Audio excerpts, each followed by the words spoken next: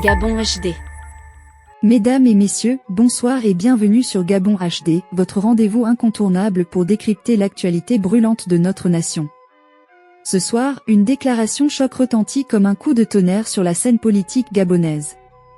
Jonas Moulinda, figure controversée et orateur redoutable, prend la parole avec une virulence sans précédent. Dans un discours explosif, il s'attaque frontalement à Brice Oligui et appelle, sans détour, à une action forte pour renverser son pouvoir. Gabonaises, Gabonais, ceci est une séquence que vous ne pouvez pas manquer. L'instant est grave, les enjeux sont immenses. Place au discours de Jonas Moulinda, en exclusivité sur Gabon HD. Donc moi j'estime qu'il faut organiser sa chute. Même s'il prend le pouvoir là, on sait que son pouvoir ne sera pas l'émanation du peuple gabonais. Donc il n'aura pas de légitimité, il faut le dégager. C'est tout. Exactement, c'est ça. Et vraiment, bon, tu as déjà tout dit sur le vieux Mondunga, parce qu'honnêtement, c'est du larmisme qu'il a totalement fait là. Ouais. Et c'est du ventre, c'est-à-dire qu'il est à plat ventre triste. C'est-à-dire qu'on se met à plat ventre, c'est vraiment de lécher les bottes de lécher. Oligui était flatté dans son ego, il était en train de sourire, quoi. Mais c'est ce qu'Oligui aime. Il aime être flatté dans son ego, et Oligui. Ouais. Pour voir Oligui, il faut le flatter dans son ego. On regarde tout ce qui se passe là, c'est que bon, les gens qui n'arrivent pas, en fait, c'est-à-dire qui sont autour de lui, qui le courtisent, ce sont des personnes qui flattent son ego. Donc, bon, moi, je sais pas, moi, c'est que c'est certain, pour moi, je dis là, c'est comme Kassango. Comme le Kassoga ou le Hippo. Il a dit qu'il pensait être le gibier, il a dit qu'Ali Bongo était le gibier, mais lui, il va finir le gibier, en fait, des Gabonais. Moi, je suis convaincu de cela. Ouais. Merci. Donc, voilà. Merci, Lodie. Merci beaucoup à toi et merci encore pour l'émission. Je vais continuer à suivre. Merci. Et c'est vraiment dommage pour le pays. Mais que dire? Il faut qu'on se réveille en tout cas, parce que rien n'est perdu. Ok, merci. Donc, à très bientôt. Merci à toi. Ok. Allô, Arthur, bonsoir.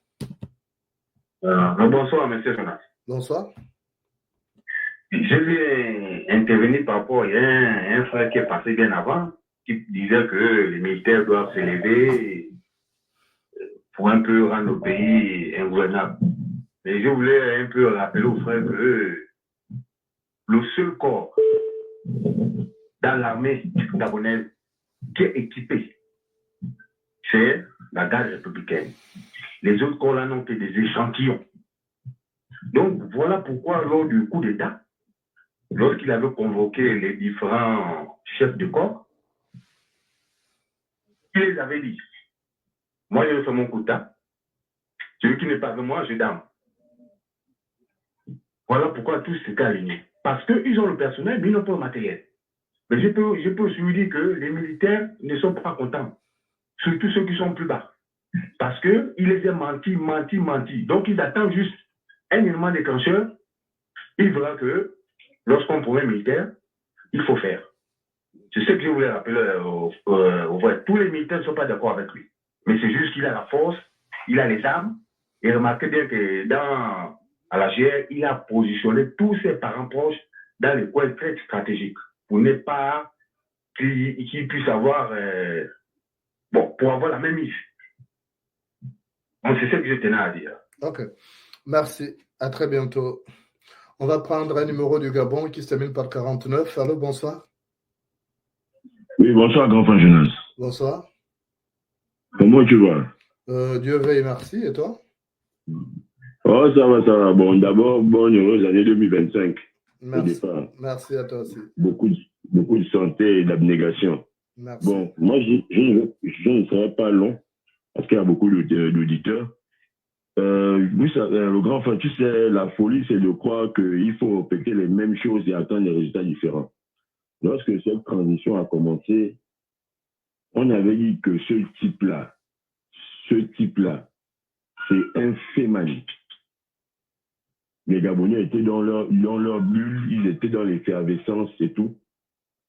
Mais quand on demande aux gens que faites-nous le bilan depuis le 30 août 2023, aujourd'hui nous sommes le 11 janvier 2025, faites le bilan. Les gens ne sont pas capables de vous apporter un bilan réel. Le chômage a augmenté, la dette a explosé. On assiste aux mêmes pratiques qu'on décriait sur Ali, des copains, les coquins, et si beaucoup de choses. On enferme d'autres personnes, on garde d'autres personnes en liberté. Regardez par exemple le dernier cas là, de celui qu'on a nommé au LGIS, là, PAC ou quoi, et quelqu'un qui ment grotesquement sur son CV. Ouais. Il a menti, mais on l'a promu à une boîte qui a un budget de 300 milliards de francs CFA. Quelqu'un qui n'a aucune compétence, quelqu'un qui n'a pas l'habilité, les capacités de diriger une structure pareille, mais comme ce sont les affinités de son petit frère, aujourd'hui, qui fait la pluie au beau temps, qui nomme qui il veut, mais vous voulez qu'on lance quel signal? C'est quel signal qu'on veut lancer? C'est quel Gabon qu'on veut développer dans l'impunité? Il y a eu le scandale de la CNAM-GS. Qu'est-ce qui a été fait? Celle qui a été directrice. Quelle mesure a été prise? Rien n'a été fait, parce qu'au Gabon, lorsque tu as le nom, lorsque tu as le parapluie, comme on dit, tu ne vas pas en prison. La justice au Gabon, c'est pour les gens qui n'ont pas le parapluie ou bien les gens qui n'ont pas la filiation. C'est ça le Gabon. Et vous pensez que c'est ce type-là à qui vous allez donner les rênes du pays pendant les 7 prochaines années à venir? Mais les Gabonais, vous êtes des malades, en fait. Les Gabonais, ce sont des malades mentaux. C'est un peuple d'aliénés. Ce sont des malades. Oligui président pendant 7 ans, je suis désolé, mais on va regretter Ali. Moi, je le dis. On va regretter Ali. Et pourtant, Ali, c'était aussi un autre tocard. Mais on a remplacé un tocard par un plus que tocard. Ouais. Exact. Séraphin Moulunga, mais c'est une honte. Ouais. Un papa de cet âge. C'est un gâchis. Quoi. Un papa de cet âge. Il est venu à l'exil, il n'a rien retenu, mais c'est un pauvre type. C'est incroyable. Ouais. Des papas de cet âge, je ne sais pas, vous continuez à faire du lèche-motif. C'est pas possible. Ouais. C'est comme si c'était quelque chose, je ne sais pas si c'est le vampire ou la sorcellerie, je ne comprends pas.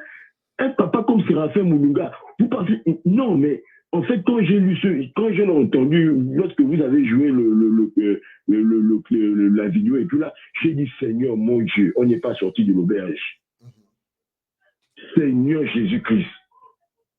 Et c'est avec cette carte politique qu'on veut repartir pour les 7 prochaines années.